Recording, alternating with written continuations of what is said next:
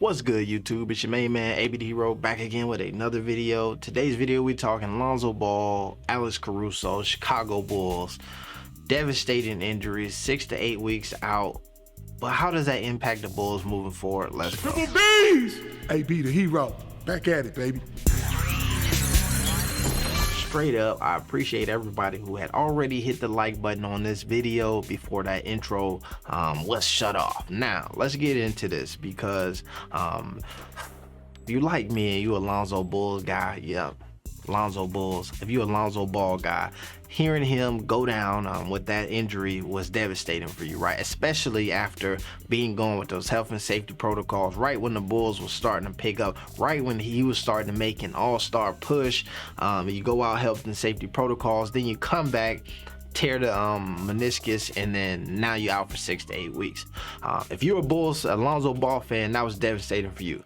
Now, what even took it up an extra notch is because you were thinking, but at least we got Caruso coming back. Then all of a sudden, Caruso comes back and then breaks his wrist because of Grayson Allen. Now, this was devastating because a lot of folks, even before Lonzo was injured, was saying, you know, you can get it's a 1A 1B with those two, right? I disagreed or whatnot, but I did think, you know what, with the young boy Ayo playing as good as he is, having Caruso in there, you're not gonna have too much fall off, right? But Grayson Allen, who definitely has to have some, like, something over his shoulder, just always in his ear, like, oh man, Grayson, why don't you go ahead and trip that dude? Ooh, why don't you go ahead and clip that dude? Ooh, why don't you go ahead and get a flagrant foul? Yeah, Caruso going to the rack. He gonna score. Why don't you take him out the game? Break his wrist. I think that Grayson Allen definitely has some stuff going on with him internally that he got to go see somebody about. But I digress. Now, when we look at the foreseeable future for the Bulls, we got to take a couple looks at some things, the past and also the present. Because, like this article here says, I believe that there will be a lot of mixed feelings amongst the Bulls fans, the Ball fans, and all of these things of what the team will look like moving forward. One of the things that I think is most important is, to me, I think that now that we've seen Lonzo be out, I think that it is showing a lot of folks, especially from what the media is writing and their impact and predictions on the Bulls moving forward, it's showing how much that I believe the media really valued Lonzo Ball. And so there was a point where I was saying my man really had an opportunity to make a push into the All-Star game, and folks thought I was crazy. And I was saying, my initial quote was, I thought that players and media respected more what he was providing to the Bulls than maybe fans did, right? Because a lot of fans, you checking the box score, what are you scoring? You scoring 14 points, 5. You really don't see the ins and outs on what the value that this guy brings on the defensive end. You can go look up a lot of these articles saying, yo, Lonzo Ball being out, the Bulls, I mean, their predictions that, you know, had them being a top seed and maybe sliding all the way down to 6 and 7 seed now that you're missing Lonzo Ball and Caruso. And even with just missing Lonzo Ball, they had dropped down to maybe about a 5 seed in a lot of folks' predictions. But I digress. Let's get into this article here.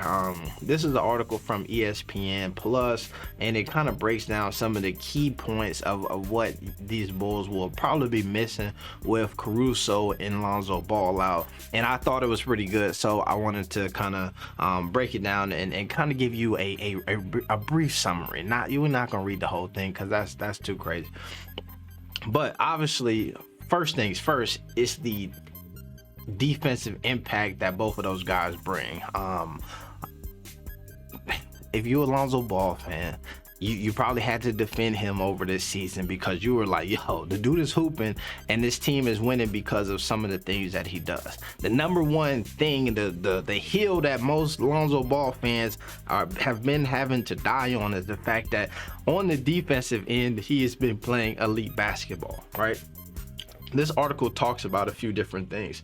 With Lonzo Ball in the lineup and Caruso, two guys who are perimeter defenders for this team and playing stingy defense, you had this Chicago Bulls team ranking in the top 10 in the league, right? So they're number 9, checking in with 107.5 points.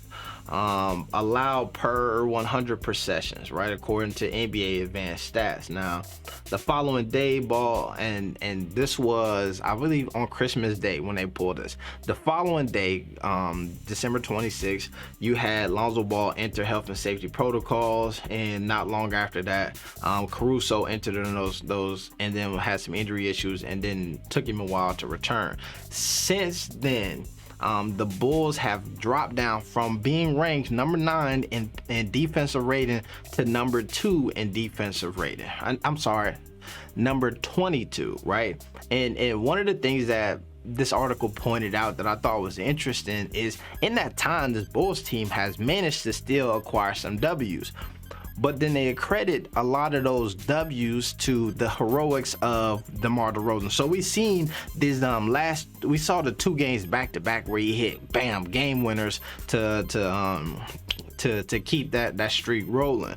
And so basically the ideal is that without that stingy defense, games got a lot closer. The scores of these games tended to rise as well. So with these two out, you're starting to see this team give up a bit more points, but they've got elite scorers in DeRozan and Levine. So when those guys are on the court, they can score with the best of them. However, on the other end, when you're going to start relying on your supporting cast a bit more. Now, Kobe White is a guy who can score. We've seen AO get in his bag and score some as well. But I think that you get some difference. You still see the inconsistency of the rotation of Ball and folks getting assists and all of that stuff with those guys in the roster. But let's keep moving here, because this is the next step here, is you get the depth.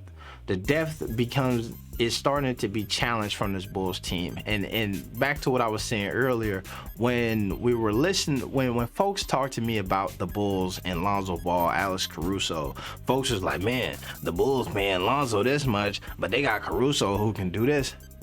Skipping over the fact that it makes it easy for Caruso when all you got to do is come in off the bench, and then you could plug and play. The system is set up, you know what I mean, for you, and then you can get you and Lonzo out here locking down things. It makes it easier, right? So you can have a Lonzo Ball and a Alex Caruso coming off the bench, and then you're elevated to here. You can take Lonzo Ball out of there, and then you can have Alex Caruso in here, and when you come in off the bench, you're dropping down to here. That's some of the value that you get from those two players. A lot of folks don't see that though, but like I said, you got your guy Ayo who's hooping now, so the drop off from Caruso to Ayo is not that much. But then now you take Caruso out, and then you're starting here, and then now where's the drop off? So the depth is challenged for this team here, and there's some talks, and we might get into this later, of maybe some free agent guys who they can bring in as kind of backup role players to kind of fit in here and add to that depth as well. We saw this Bulls team playing on with damn near a G League roster at some points, and had some of the blowout losses, the worst blowout losses that they did this season. But it's I think that they still have all-star, superstar caliber players in Levine and DeRozan, and with those guys, they'll always have a chance. What I felt like was pretty interesting though is you look at the last 2 games, last night's game where Levine came back and DeRozan sat out, and you saw the ball movement from the entire team just look pretty damn good, right? You had 8 assists from Ayo, 7 assists from Levine, 4 from Vucevic, 2 from here. You see all down the line here, you had Kobe White with 7 assists off the bench there, and so you seen the ball movement moving around. Now the game prior to where they lost to the Magic, and the Magic been sneaking up on folks lately. I think that is people overlooking them as a team, but you see this here when we start looking at the assists, you got 3 from DeRozan, 3 from Vucevic, and then everybody all zeros, right? You got 1, 2, 4 assists coming off the bench, and it's just a struggle right here for these guys, and it to me, this says a lot, right? It says that this Bulls team probably plays a bit better if they just went down to one they play better with both guys on the court. But if they had to only have one, LaVine probably has a skill set or a game that lets everybody else kind of elevate around him.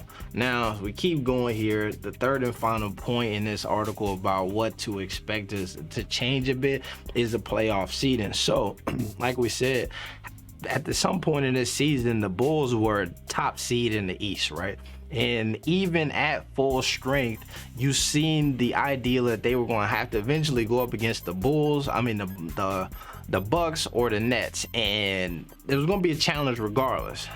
Without their full roster, that challenge becomes even bigger, and a lot of projections have them sliding down in seeding, damn near battling with the Hornets at this point to be out of the play-in game. I think that LaVine, DeRozan are of a caliber where I don't think they'll slide that much. I think that those guys can lock in and then really, figure stuff out. So this is the part that I don't necessarily agree with. I think this team will still be pretty good. I think it is tough though, because you do have Lonzo Ball and Alex Caruso returning at some point before the playoffs, right? But it will affect their seeding, and that's just not where you want to be in, right? Especially when you're a team who is probably going to be a top 1 or 2 seed, and then now you get your guys back, but y'all down to 4, 5, or 6, somewhere around there. That's just a shitty spot to be in when you didn't have to. But that's what I got for y'all today. It's your main man, AB the Hero. We out. No, not peace. Plus one, triple B's. We out.